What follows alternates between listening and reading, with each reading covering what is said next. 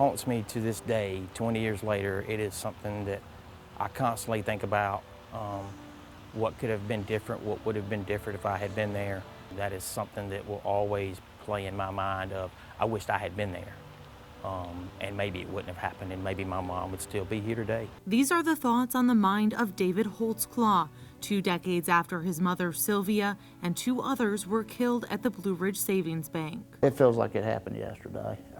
Every time I walk into my office, I see the poster that hangs on my wall. It's a reminder, a daily reminder to me that this case is still open, it's still active. The triple murder of Sylvia Holtzclaw and Eb and Maggie Barnes remains unsolved to this day. Honestly, I did not think that what I was looking at was real. I thought I was dreaming. It was a nightmare. And then as I kept watching the television, I realized it was a nightmare that had actually occurred.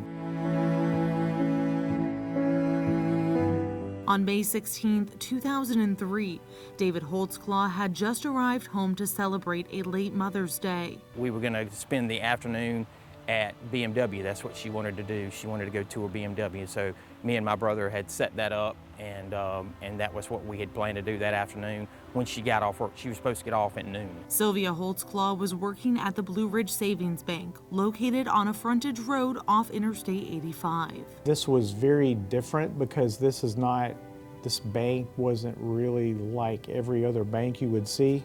So they didn't have a lot of foot traffic in and out of the bank.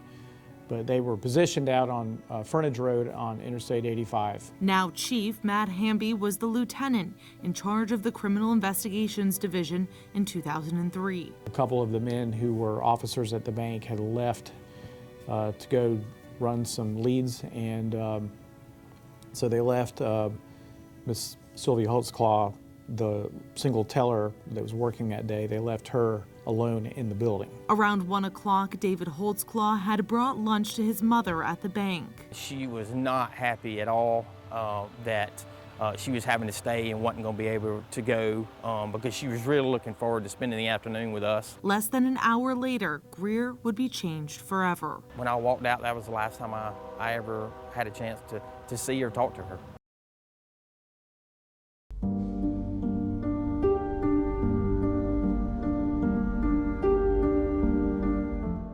Typical Friday afternoon in Greer, South Carolina. Very slow day. I'd gone to lunch that afternoon. Detective Dale Arterburn has been on the case since he received the call to respond in 2003. Got to the bank and it was the worst thing I've ever seen in my life.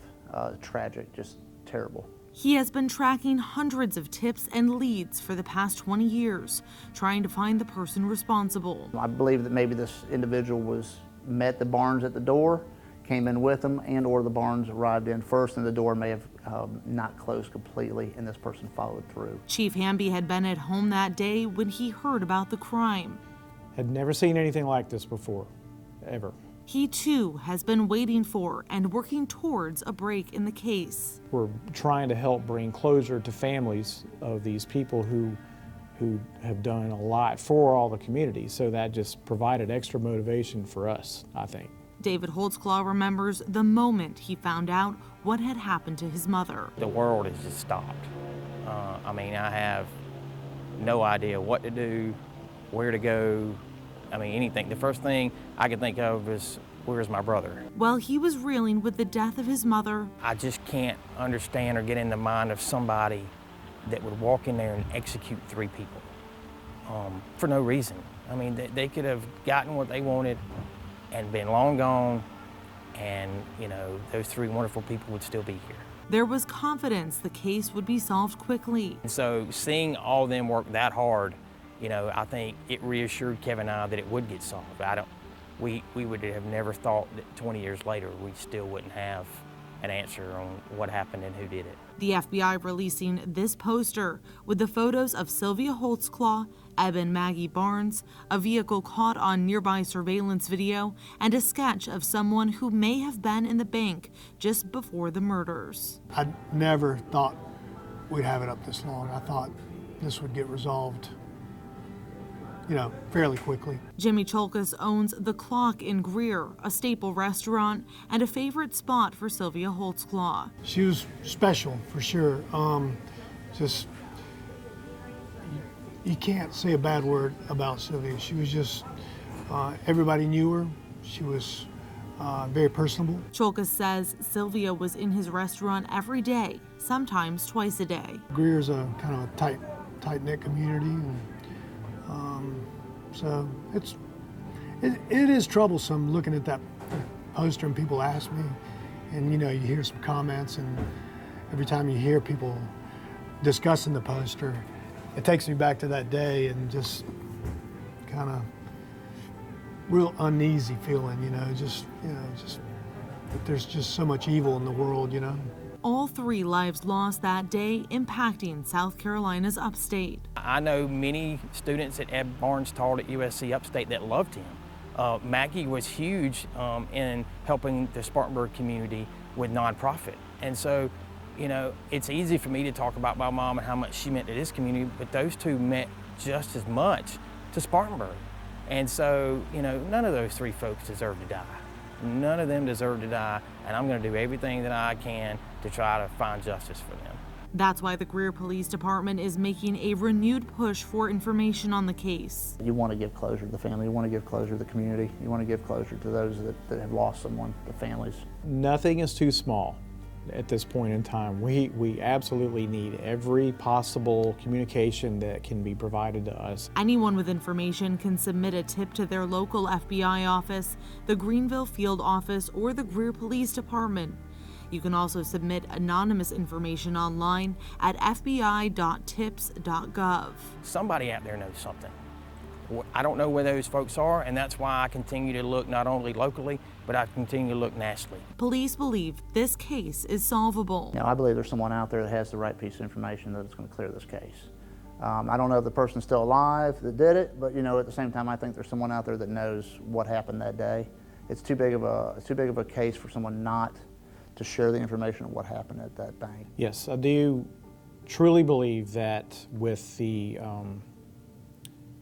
extreme significance of the criminal act that had to occur here, that somebody other than the perpetrator has to know something. And the community holds out hope too. You look back, there's cases that have been 30, 40 years old that are being solved, so why not this one, Chief Hamby, Detective Arterburn, and others within the Greer Police Department and the FBI doggedly pursuing any new information. It would absolutely be the highlight of my career if this case was solved while I'm around here. It meant the world to me. I would be able to sleep better at night knowing that this case has been resolved.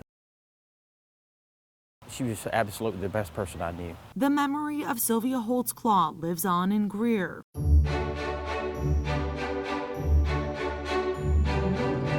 Mom and some of her really close friends started doing a little toy drive at one of their friends' house just to help some local families, 3 or 4 families, and they would get together and do it.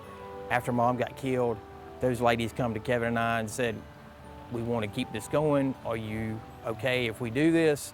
And we said, absolutely. The entire community coming together in support. In honor of Sylvia, we do the Sil Toy Drive around the middle of November on a Sunday, where everybody brings the toys in her honor, so we can try to keep her memory alive. And to do something good out of a horrible situation, and she would like nothing better else than to make sure kids have a Christmas.